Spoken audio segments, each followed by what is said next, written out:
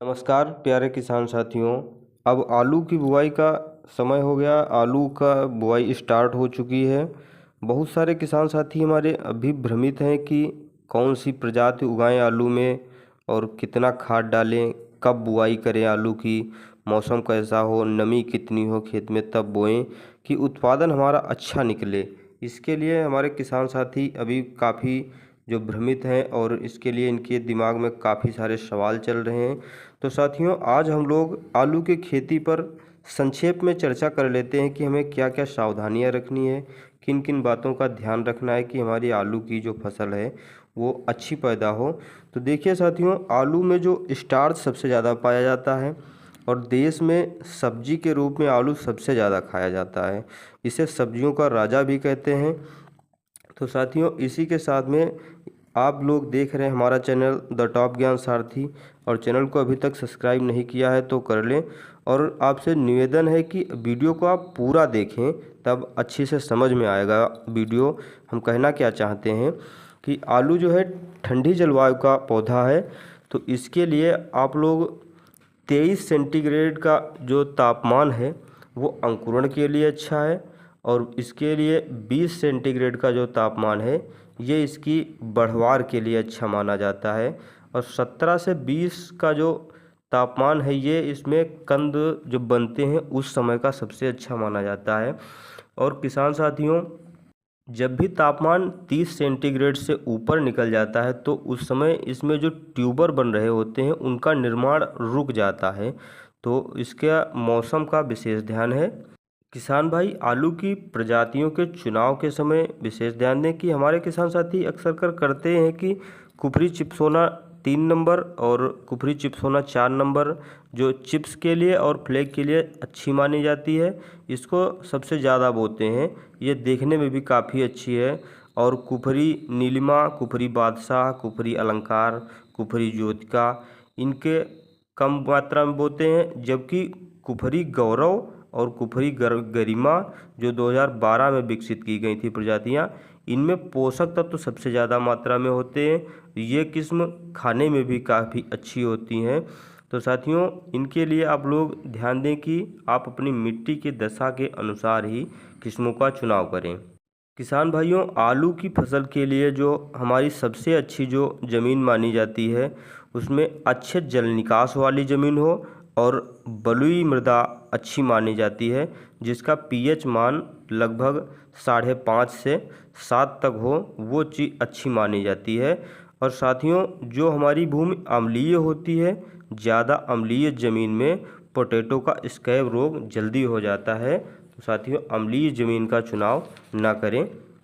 किसान भाई, बीज के चुनाव के समय आप लोग ज़्यादा बड़ा और ज़्यादा छोटा बीज ना बोएं।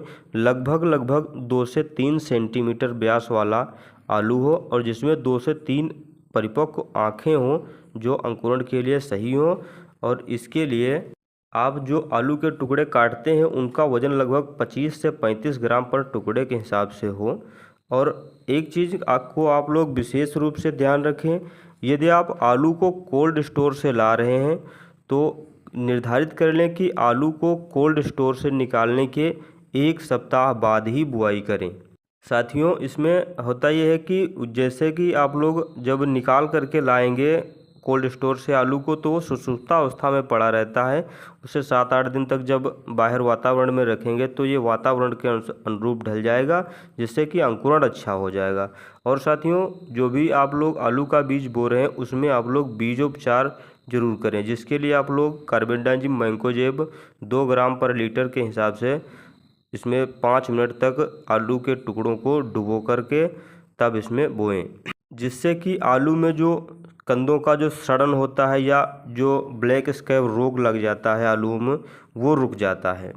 साथियों, जो भी किसान साथी आलू में एक सुसुप्ता अवस्था को तोड़ने के लिए एक उपचार और किया जाता है, जिससे कि जो आलू आप लोग कोल्ड स्टोर वगैरह से निकाल करके लाते हैं उसे सुसुप्ता अवस्था में जाने की, जैसे कि नींद में रहने की आदत हो जाती है। तो साथियों, इसको ठीक करने के लिए सुसुप्ता अवस्था को तोड़ने के लिए थायो यूरिया का 1 ग्राम पर लीटर के हिसाब से या फिर जिब्रेलिक एसिड 1 ग्राम पर लीटर के हिसाब से एक घोल तैयार करें जिसमें 15 मिनट तक आलूओं को जो टुकड़े हैं उनको डुबाइए। फिर आप इनकी जो है बुआई करिए। बुआई के समय को आप लोग विशेष रूप से ध्यान रखें। जो आप लोग अगेती में बुआई करते हैं आलू की, वो सितंबर में जो लास्ट सप्ताह आता है वहाँ तक बुआई करें, और जो पछेती में बुआई करते हैं वो लोग नवंबर में बुआई करें। इसका जो मुख्य आलू का समय माना जाता है वो अक्टूबर का महीना माना जाता है, जिसमें हम लोगों को विशेष रूप से ध्यान रखना है कि जो क्यारी से क्यारी की दूरी है वो 45 सेंटीग्रेड या सेंटीमीटर, और पौधे से पौधे की जो दूरी है वो 15 सेंटीमीटर, और जो बीज की गहराई है वो लगभग 6 सेंटीमीटर रखनी है हमें। अब साथियों ध्यान से देखेंगे तो अब बुआई हो गई, तो अब हमें जो खेत में खाद देने के लिए सबसे अच्छी खाद और सबसे अच्छा मानक खाद का क्या होता है, इस विषय में चर्चा करते हैं। किसान साथियों, आलू की फसल के लिए जो खाद का मुख्य ग्रेड है NPK, उसमें नाइट्रोजन, फास्फोरस, पोटास होते हैं। इसमें आप लोग ध्यान दें कि जो खेत की तैयारी कर रहे हैं उसमें आप लोग 150 से 200 कुंटल गोबर की खाद या FIM जो है 1 हेक्टेयर के हिसाब से बुआई से जस्ट 30 दिन पहले ही मिलाएं। और इसके पहले मिली हुई खाद जैसे कि हमें 10 दिन 15 दिन पहले जो डालें उस समय बुआई ना करें, 30 दिन तक हो जाने दें। और इसमें जो 1 हेक्टेयर के हिसाब से खाद का मानक है उसमें नाइट्रोजन 180 किलो, फास्फोरस 80 किलो और पोटास 80 किलो पर हेक्टेयर के हिसाब से रखना है। मतलब हेक्टेयर में लगभग 2.5 एकड़ होते हैं। तो साथियों अब हमें देना क्या है कि आलू की फसल भी बहुत ज़्यादा समय नहीं लेती है, तो इसमें ध्यान रखना है कि नाइट्रोजन की आधी मात्रा और फास्फोरस की पूरी मात्रा और पोटास भी पूरा, केवल हमें नाइट्रोजन आधा बचाना है। इतनी खाद हमें देनी है बुआई के समय, जो हम लोग कूड़ से देते हैं या खेत से देते हैं उस समय हमें दे देनी है। और जो हमारी आधी मात्रा नाइट्रोजन की बचेगी इसे हमें कूड़ जब चढ़ाते हैं ना, जब क्यारियाँ चढ़ाते हैं दूसरी बार में, तो उस समय दे देनी है।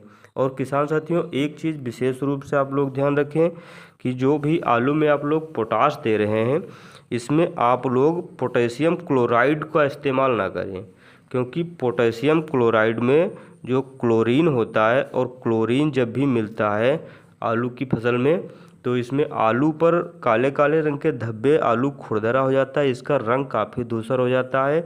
तो आप लोग पोटेशियम क्लोराइड की जगह पर पोटेशियम सल्फेट का उपयोग करें। पोटेशियम सल्फेट अच्छा रहेगा हमारी आलू की फसल के लिए। तो किसान साथियों कैसी लगी जानकारी आप लोग हमें कमेंट के माध्यम